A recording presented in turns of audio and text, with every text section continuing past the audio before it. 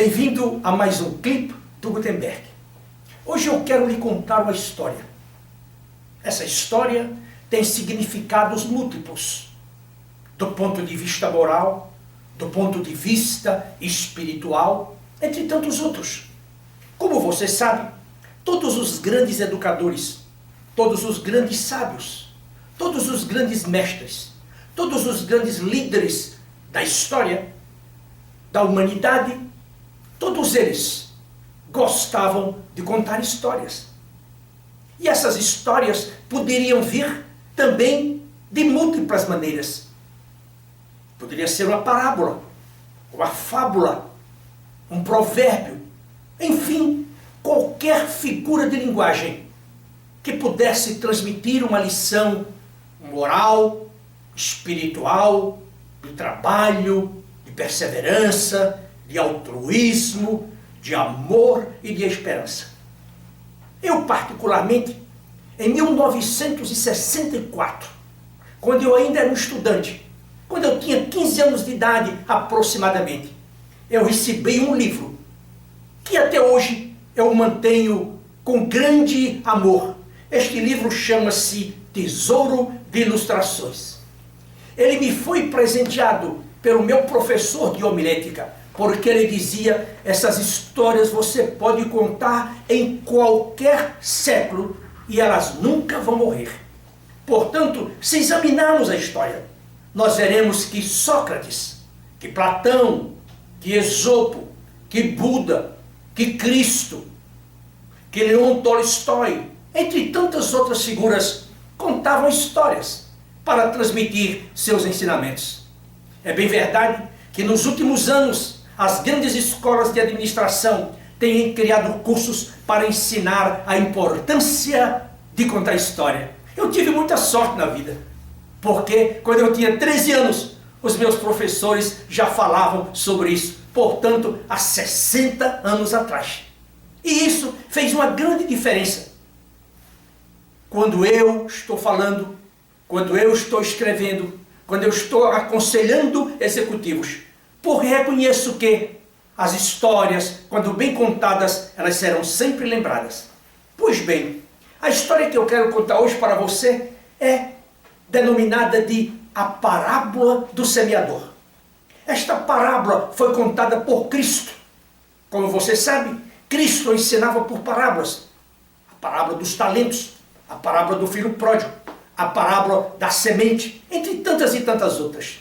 Por esse motivo, hoje, eu quero fazer uma analogia entre esse semeador, o solo, a semente, com o executivo em transição de carreira.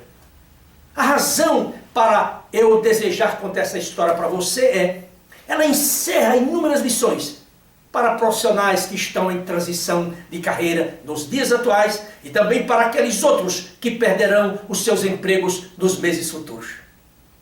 Diz a parábola que Cristo saiu de sua casa e foi para o Mar da Galileia. Quando ele chegou no Mar da Galileia, as pessoas começaram a chegar e começaram a cercá-lo. Continua a parábola dizendo que Cristo então foi para o mar, ficou no barco e de lá contou a parábola de um semeador que saiu a semear. E à medida em que ele semeava, uma semente caiu à margem do caminho. Uma outra caiu sobre rochedos, sobre pedras. Terceira caiu sobre os espinhos. E a quarta caiu em boa terra e produziu muitos frutos. Qualquer agricultor sabe que para uma semente produzir, 3 coisas contribuem para isso. Primeiro, a profundidade da terra. Segundo, a luz, o calor. E terceiro, a umidade. Não é diferente na nossa vida secular. Não é diferente na nossa carreira executiva. Mas vamos começar pelas sementes nos solos em que elas caíram. Diz a história então que as primeiras sementes caíram sobre o caminho e vieram os pássaros e comeram todas elas. Portanto, não houve fruto. Para você, a analogia é muito simples. Você lança o seu currículo sem qualquer reflexão, sem qualquer estudo, sem conhecer o mercado, sem conhecer a natureza e a filosofia da empresa, entre tantas outras questões vitais, você vai perder todo o seu esforço e toda a sua energia. Aqui caiu sobre a rocha, não tinha muita areia sobre ela, e por não ter raiz, ela murchou e morreu. Isso acontece com aquele executivo que aparentemente envia o seu currículo. Ele chega à empresa, chama a atenção dos entrevistadores, dos headhunters, do mercado como um todo. Mas por ele não ter consistência em seu conteúdo, o executivo é logo afastado do processo de recrutamento e seleção. A terceira semente caiu sobre os espinhos. Os espinhos, nos dias atuais, são os nossos concorrentes. São aquelas pessoas que estão mais preparadas, ou melhores preparadas, do que nós outros. Consequentemente, se eles têm uma comunicação melhor, se eles apresentam características de liderança, se eles sabem trabalhar em equipe, se eles têm uma visão estratégica e oceânica dos negócios, se eles são perseverantes, se eles foram provados e sobreviveram, certamente que estes elementos estão mais capacitados do que aqueles outros que não se prepararam adequadamente para enfrentar o mundo que hoje é dominado pela globalização, pela tecnologia, em que você, que está à busca de um emprego, vai competir não apenas com seus conterrâneos, mas você vai competir com pessoas do mundo inteiro, porque hoje a economia, como já disse, ela é globalizada. Aí vem a quarta semente. Foi aquela que caiu no solo fértil. Portanto, contribuíram para a fertilidade, a umidade, a profundeza da cova em que a semente foi colocada e também a luz do sol ou o calor do sol. Esta semente é semelhante àquele currículo que é dirigido à empresa certa. Cai nas mãos da pessoa certa. Você é chamado para a entrevista. E lá você se desempenha com brilho nos olhos. Como eu costumo dizer, com sangue na boca. E com uma vibração tão extraordinária que a empresa, que o entrevistador diz: esse é o indivíduo que eu quero para a minha organização. Esta é a pessoa que eu quero contratar. É ela que vai me ajudar a sair da crise, principalmente agora em nossos dias. Ele é otimista por natureza. Ele pensa de maneira diferente. Ele sabe pensar criticamente. Ele está atualizado em seu campo de ação. Portanto, ele é o homem que nós precisamos e com certeza você é contratado. Aí, pois, está a grande diferença entre esses diferentes tipos de semente.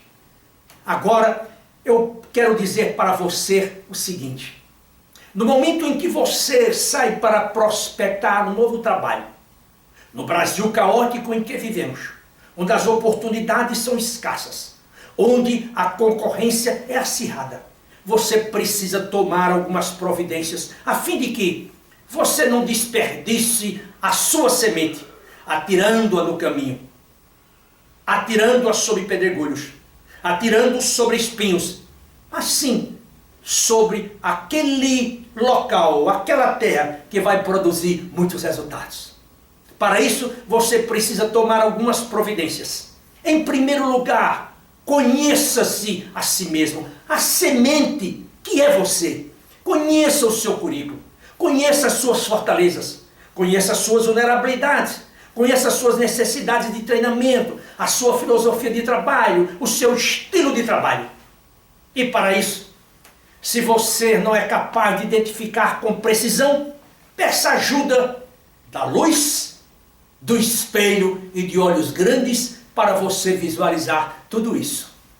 Em segundo lugar, eu sugiro que você não tenha preguiça, mas que você, como semeador que acorda todas as manhãs e passa o dia no campo, você também haja da mesma maneira. Acorde cedo, levante-se e vá plantar a sua semente no solo certo, no solo correto, no solo mais apropriado à sua carreira, aos seus objetivos, e que também o seu currículo chame a atenção. Em terceiro lugar, eu sugiro que você venha preparado para o mercado, sabendo que mesmo você, com todo o rigor, com todo o cuidado que tem, é bem provável que o seu currículo ainda assim mesmo caia à beira do caminho. Caia sobre rochedos, caia sobre espinhos. Isso é comum acontecer. Daí porque você não pode se desesperar, você não pode se frustrar se o headhunter não lhe deu um feedback, se a empresa não lhe deu um feedback. É bem verdade que sabemos que muitas vezes headhunters, empresas não dão feedback, porque os selecionadores são mal educados, são pessoas incivilizadas, porque a obrigação deles ou delas é de dar um feedback para cada candidato. Afinal, você se preparou, afinal, você chegou na hora certa, você doou o seu tempo para contar a sua história. Daí porque eu digo que essas pessoas que não lhe dão feedback, em geral, são pessoas mal educadas. Elas não respeitam o seu tempo e elas não respeitam a você como pessoa. Elas não lhe tratam com dignidade. Isso, na verdade, além de falta de educação, é muito feio. Em quarto lugar, eu diria para você persistir, para você não desistir, para você continuar abrindo novos campos, de tal maneira que você possa plantar. Não importa se é na sua cidade, não importa se é na cidade ao lado, se é em outro estado, se é em outro país. O importante é você se recolocar e se recolocar muito bem. Para isso, você precisa ter consciência dessas questões, de tal forma que você se torne um vencedor.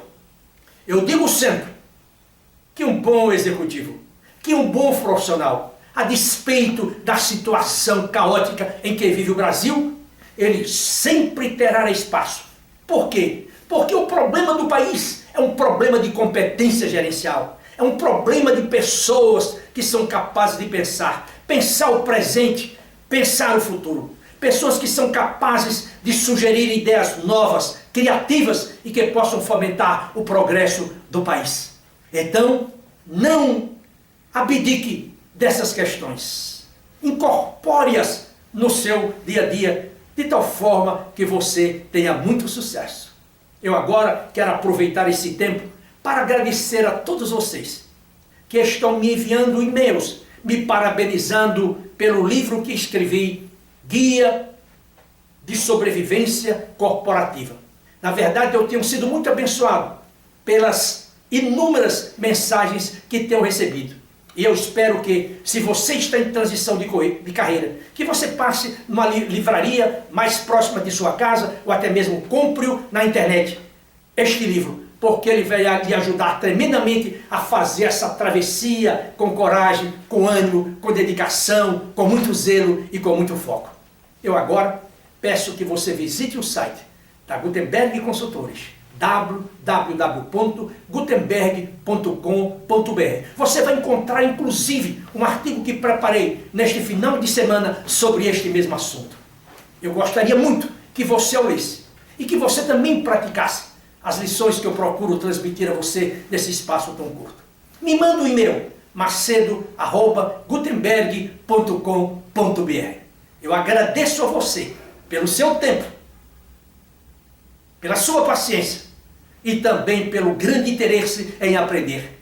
Se você ouviu esse meu tape, se você ouviu esse meu clipe, entre tantos outros clipes que já postei no site da Gutenberg Consultores, é porque você quer aprender. Você está ávido por novos conhecimentos. E eu espero poder transmitir isso para você sempre. Daí porque, como sempre digo, eu estudo, eu pesquiso, eu converso. De tal forma que eu possa ser, de alguma forma, útil a você e também ao despertar de um novo momento em sua carreira. Portanto, muito obrigado mais uma vez. Eu espero encontrá-lo na próxima semana, se Deus assim o permitir. Até lá!